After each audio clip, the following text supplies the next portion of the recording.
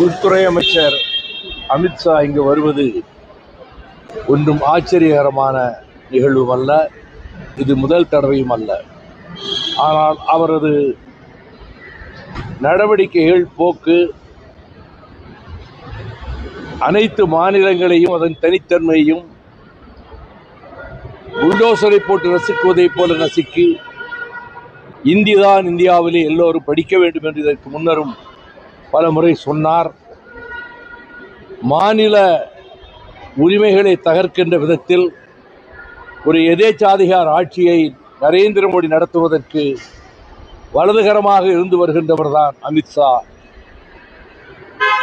இங்கே இருக்கின்ற ஆளுநர் அத்துமீறி செயல்படுகிற அர்லேக்கர், அவருக்கு முழு ஒத்துழைப்பையும் தரக்கூடியவர் தான் அமித்ஷா. எங்களை பொறுத்தமட்டில், எங்கள் இயக்கத்தை பொறுத்தமட்டில் அமித்ஷா இந்த நாட்டின் ஒற்றுமைக்கும் ஒருமைப்பாட்டுக்கும் ஊறு விளைவிக்கின்ற விதத்தில் அவர் மாநில உரிமைகளை சாடியும் இந்திய ஆதிக்கத்தையும் இந்துத்துவ கொள்கையும் நிலைநாட்ட துடிப்பவர் என்பதால் அவர் மீது எங்களுக்கு நம்பிக்கையும் கிடையாது. எந்த விதமான அவருடைய போக்கு எங்களுக்கு உடன்பாடும் கிடையாது. கர்நாடகாவில் 3 தமிழர்கள் கொல்லப்பட்ட நிலையில கர்நாடகா சிஎம் தமிழகத்துக்கு வராது, எப்படி பார்க்குறீங்க? 3 தமிழர்கள் படுகொலை செய்யப்பட்டது ஈவு இரக்கமற்ற அக்கிரமமான செயலாகும். ஏற்கனவே கொழுந்துவிட்டு எரிந்து கொண்டிருக்கக்கூடிய வேதனை உணர்வு, மேகதாட்டு அணையை கட்டியே தீர்வோம் என்று குக்கரித்துக் கொண்டிருக்கக்கூடிய கர்நாடக மாநில அரசு, அதனுடைய முதலமைச்சர், அந்த நிர்வாகத்தின் கீழே காவல்துறை இருக்கிறது. 3 தமிழர்கள் எந்த குற்றமும் செய்யாமல் அநியாயமாக கொடூரமாக கொல்லப்பட்டிருக்கின்றார்கள். கொலை குற்றவாளிகளாக அந்த குற்றம் புரிந்தவர்களை கொலை குற்ற கூண்டிலே நிறுத்தி அவர்களுக்கு பிணையில் வெளிவர முடியாத வகையில் வழக்கினை நடத்தி தண்டனை கொடுக்க வேண்டும் என்பதும், பாதிக்கப்பட்ட குடும்பத்துக்கு 1 கோடி ரூபாய் கர்நாடக அரசு தர வேண்டும் என்பதும் எங்களது கோரிக்கையாகும்.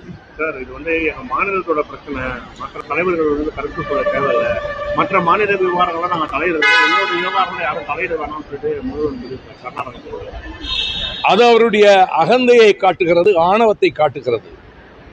தமிழ்நாட்டைச் சேர்ந்த தமிழர்கள் எங்கே உதைப்பட்டாலும் துடிதுடிப்பது இங்கே கோடிக்கணக்கான தமிழர்களின் உணர்வாகும்.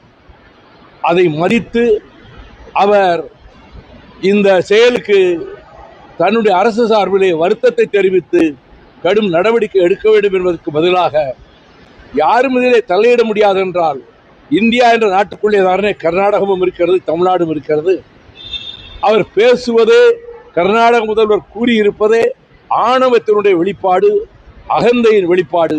அதற்கு பலத்த கண்டனத்தை தெரிவித்துக் கொள்கிறேன். கர்நாடகா முதல்வரை தமிழக முதல்வர் சந்திச்சு காவிரி விவகாரம் குறித்து பேசுறதுக்கு நீங்க ஏதாவது வலியுறுத்துவீங்களா? அவர் சந்திக்கின்ற வாய்ப்பு ஏற்பட்டால் அதை கண்டிப்பாக வலியுறுத்துவார். மேகதாட்டு பிரச்சனையிலே இம்மியளவும் அவர் விட்டுக் கொடுக்கவில்லை நம்முடைய மாண்புமிகு முதலமைச்சர் சகோதரர் விஜய் அவர்கள்.